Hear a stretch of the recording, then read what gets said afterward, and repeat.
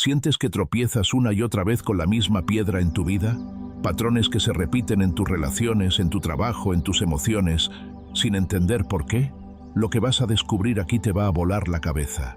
El trauma no se queda en el pasado, se incrusta en tu presente, dirigiendo tus movimientos sin que te des cuenta. Prepárate para desvelar los secretos de cómo tus heridas invisibles están moldeando tu realidad actual y cómo, por fin, puedes romper este ciclo. Si estás listo para entender por qué repites lo que no recuerdas, este es tu video. Dale like, suscríbete y comparte. Comencemos. El trauma es una herida invisible, una marca en la psique que no se manifiesta como un recuerdo claro, sino como una fuerza silenciosa que dirige nuestras vidas. La memoria no es una cámara que graba eventos, sino un proceso de reconstrucción.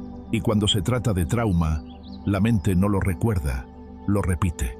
Revivimos inconscientemente nuestras heridas no resueltas a través de patrones de comportamiento, relaciones destructivas y reacciones emocionales que, en el fondo, son ecos de un pasado doloroso. Este fenómeno, conocido como compulsión a la repetición, es el motor que nos impulsa a recrear las mismas circunstancias que nos hirieron, no por un deseo de dolor, sino en un intento desesperado y fallido de dominar el trauma, de cambiar el final de una historia que ya está escrita. El trauma no se almacena en el cerebro de la misma manera que los recuerdos cotidianos. La memoria narrativa, que nos permite recordar una historia con un principio, un medio y un final, se desactiva cuando el cerebro entra en un estado de supervivencia. En su lugar, el trauma se fragmenta, se disocia y se almacena en el cuerpo y en la mente emocional. Los fragmentos se convierten en piezas de un rompecabezas que no podemos armar, pero que nos obsesiona. La disociación es el primer mecanismo de defensa de la mente traumatizada. Es un proceso de desconexión del evento para sobrevivir a él. El cerebro, abrumado por la intensidad del dolor, se divide. Una parte de nosotros experimenta el evento, mientras que la otra lo observa desde la distancia. Esta desconexión es esencial para la supervivencia, pero también es la causa de que el trauma no se recuerde como una narrativa coherente. En lugar de una historia, el trauma deja huellas, sensaciones corporales, imágenes fugaces, olores, sonidos y emociones intensas que no tienen un contexto. El cuerpo recuerda lo que la mente ha olvidado. El cerebro emocional, la amígdala, juega un papel crucial en este proceso. La amígdala es el centro de alarma del cerebro. Cuando experimentamos un trauma, la amígdala se vuelve hipersensible. A partir de ese momento, cualquier estímulo que se parezca al evento traumático, por sutil que sea, activará la alarma. Un tono de voz similar, una situación de control, una expresión facial, puede desencadenar una reacción emocional intensa y desproporcionada. No es una reacción al presente, sino una reacción a un pasado que el cerebro emocional no ha olvidado. El cuerpo se tensa, el corazón se acelera y la mente se pone en modo de supervivencia. Y todo esto ocurre sin que la corteza prefrontal, la parte del cerebro que procesa la lógica y el contexto, sepa por qué. La fragmentación de la memoria es el resultado final. El trauma no es un recuerdo, sino un conjunto de fragmentos de memoria que se activan por separado. Un olor puede activar la sensación de miedo, un sonido puede activar una imagen, un tono de voz puede activar la vergüenza. Estos fragmentos no forman una historia, simplemente se presentan como emociones y sensaciones intrusivas que nos abruman sin un motivo aparente. El individuo traumatizado no vive en el pasado, vive en un presente que está constantemente invadido por fragmentos de su pasado. La compulsión a la repetición es el mecanismo psicológico por el cual el individuo traumatizado recrea las circunstancias que lo hirieron. Este fenómeno, descrito por Sigmund Freud, no es un deseo de dolor, sino un intento de maestría. La mente, en su afán de curarse, busca una oportunidad para cambiar el final de la historia. Pero, en lugar de sanar, el individuo se encuentra atrapado en un ciclo autodestructivo. La elección de parejas y amistades tóxicas es la manifestación más común de la compulsión a la repetición. Un individuo que fue abandonado por sus padres puede buscar inconscientemente parejas que lo abandonen. Un individuo que fue controlado y abusado puede buscar inconscientemente parejas que lo controlen y lo abusen.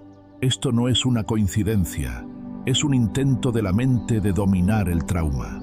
El individuo piensa, esta vez voy a ser lo suficientemente bueno para que no me abandone, o esta vez voy a ser lo suficientemente fuerte para que no me controle. Pero la historia se repite. La persona no está eligiendo a la otra persona, está eligiendo el trauma que ya conoce. El autosabotaje es otra forma de repetición. Un individuo que creció en un ambiente de caos y abandono puede sabotear sus propias oportunidades de éxito. Puede dejar de lado un proyecto importante justo antes de terminarlo, puede rechazar un ascenso o puede sabotear una relación sana. Esto no es una falta de ambición, es un intento de la mente de recrear la familiaridad del caos. La mente asocia el éxito y la paz con lo desconocido, con el riesgo. El caos y el fracaso, por dolorosos que sean, se sienten seguros porque son lo que el individuo ya conoce.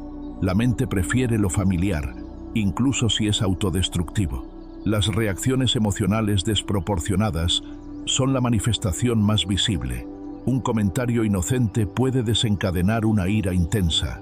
Una situación de control puede desencadenar un ataque de pánico. Estas reacciones no son una cuestión de control emocional, son la activación de la herida no resuelta. El trauma se repite en el presente como una explosión emocional que no tiene un contexto. El individuo se siente fuera de control y abrumado, pero no puede entender por qué.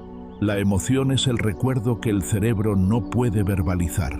Si has llegado hasta aquí, ya sabes que la batalla no es con el pasado, sino con el presente que el pasado ha creado.